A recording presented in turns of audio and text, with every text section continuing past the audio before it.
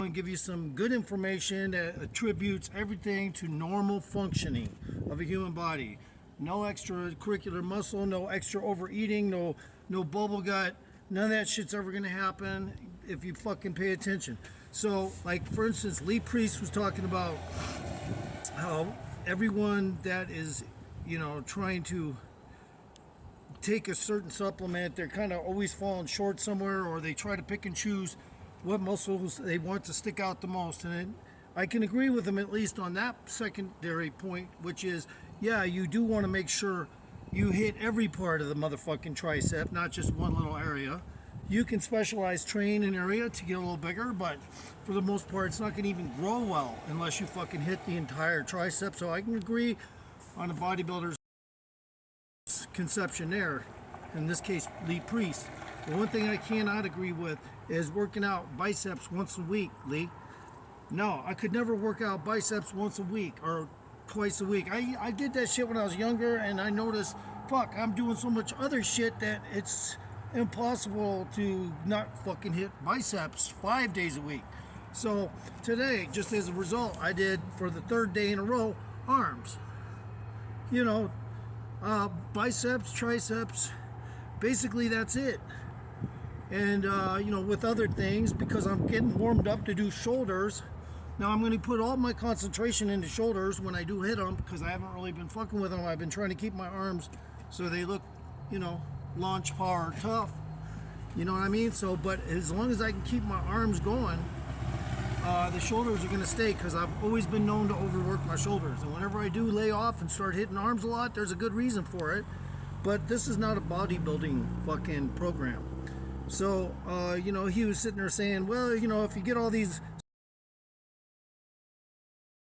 certain supplements, you got your creatine, you got your L-carnitine, you got, your whole amino stream, you got your this, you got your that, but then you're missing glutamine. He made it sound like it was a big deal.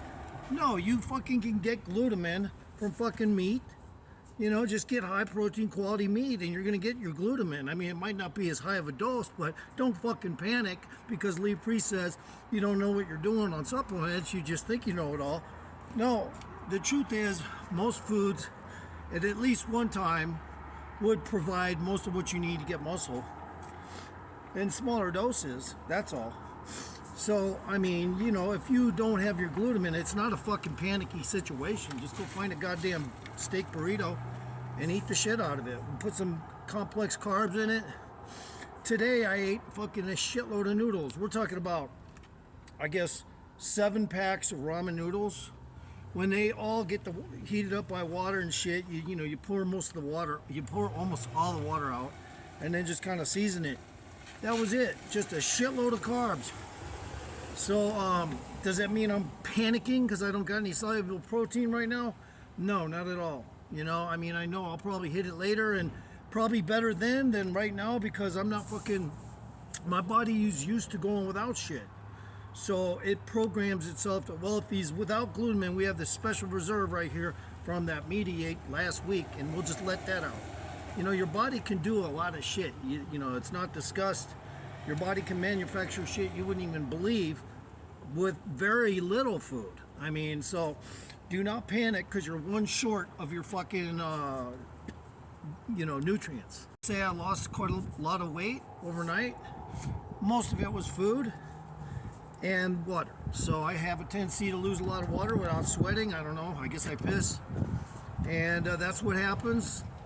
You just lose a lot of weight. So fluctuating 8 pounds for anyone that's got high metabolism, not that unusual. It's really not that unusual. Most of my muscle was there. It was just I lost some water to it, and probably some food got digested, and overall, that's the kind of shit that goes on. I mean, most people aren't going to lose that kind of water though. So if you go to my program, you listen to what I'm saying, you go to my videos, and you actually practice what I preach, you're not going to see any deficits because you're going to follow my MO, which is going to help you like 100%. If you follow a bodybuilder or a retired bodybuilder's MO, you'll end up on steroids or something, like the Trend Brothers or Trend Twins or some shit. And I'm just going to tell you straight up, everyone I've ever seen on steroids, even when they get off, it seems like they have trouble managing the fucking shit in their face, and it just looks horrible. I mean, if it ain't one thing, it's another. You know, you look at fucking the guy that has acne, that's a typical result of somebody who uses steroids. I won't mention his name. We all probably know who I'm talking about. He's got quite a lot of subscribers. But, you know, quite honestly, just because you get cut up don't mean motherfucking shit. You got a little bit of too much bulk in areas that makes you look a little bit oddball. And one thing I've always noticed about bodybuilders is the bigger their lats get, the shittier their look gets. So, I mean, because yeah, they look bigger, but now it's pushing their arms forward and it's kind of faking out everything. And your shoulders are, by design, supposed to be pretty nice sized. And most people just don't put a lot of effort into building their shoulders. But by the same token, you don't want to have anything overbuilt when you try to get lean, because regardless of the fact that you got lean muscle now, it still kind of looks shitty, you know, because you bulked out and you kind of fall apart. What's his name? I don't want to mention his name. We don't have to go there.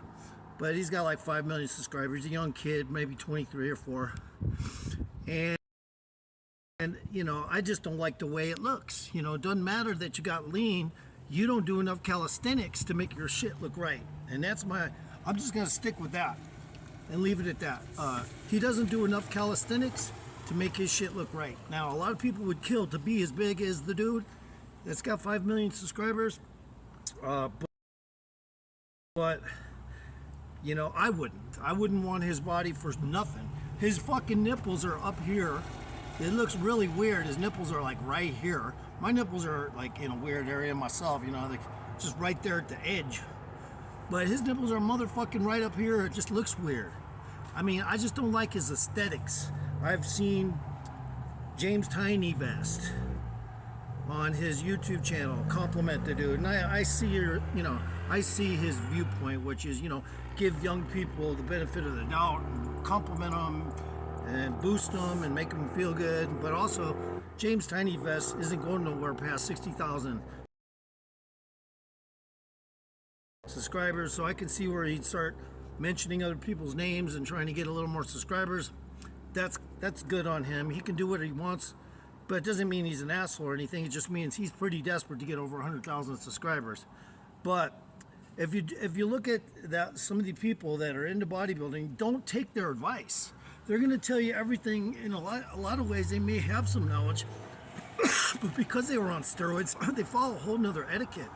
So when you follow naturals etiquette, and one that is specializing in shaping, an anatomy orientationalist, AO, you will learn that you have to implement consistent work to certain muscle groups regardless, okay? Because back in the day, caveman or otherwise, in the pioneer day, everything was upper body. Regardless of, you know, any available knowledge, for the most part, people had lots of muscles in their arms and their shoulders just from consistently fucking carrying and doing work. So, and nowadays, the only ones you see that are like that are consistent gym monkeys like me, but I'm more of a calisthenics intermixer, and I intermix calisthenics.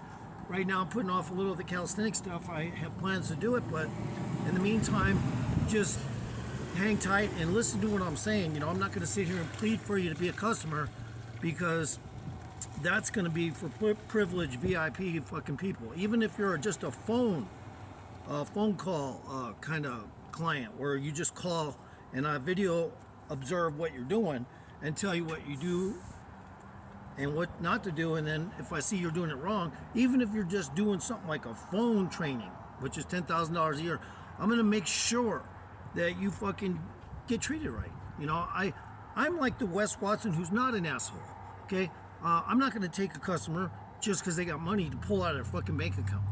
You know, if you're handicapped or you have some deficiency that I see ahead of time is going to be complicated to the point where you might have a health issue, I can't accept you. So I do have to screen anyone who's a client, and just make sure know this full out. If you pay me 30 grand, put it in my motherfucking bank account, I'm going to come over, fly wherever you are, East Coast, West Coast, maybe international, you know, wherever you are in the fucking world, and I'm going to fucking train you. But you got to realize this.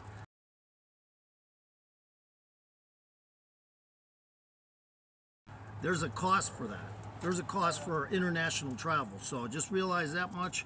You're going to have to pay more than 30 grand. You're going to have to cover all my travel expenses. And by the way, how am I going to do something like that internationally, training you in-house? How's it going to even happen? It's probably not. So I just want to make that perfectly clear because, yeah, I'd like to train you internationally, but you're going to have to come to me, honestly. Otherwise, I'm going to give you about a week personal training and say, okay, well, the next week you're going to have to be here in America to continue training.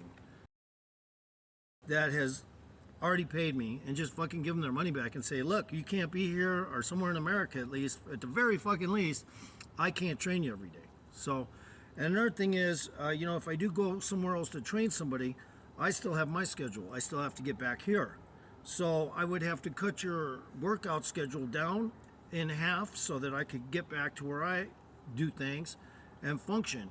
And then I would probably end up giving you more time throughout the year. Obviously, I'd just tally it up to what time you've missed out on and just slow the process down for you.